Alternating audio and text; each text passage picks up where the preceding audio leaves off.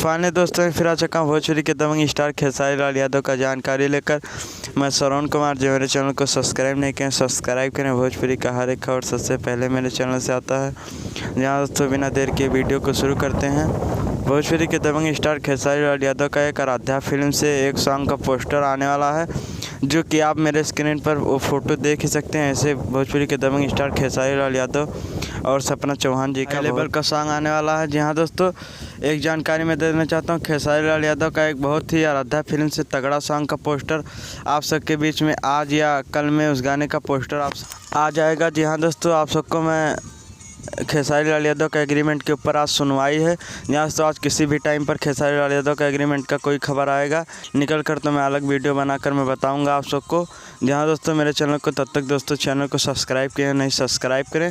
भोजपुरी का हर एक खबर सबसे पहले मेरे चैनल से आता है। चलते हैं दोस्तों, फिर मिलेंगे नई वीडियो के साथ। तब तक दोस्तों धन्यवाद।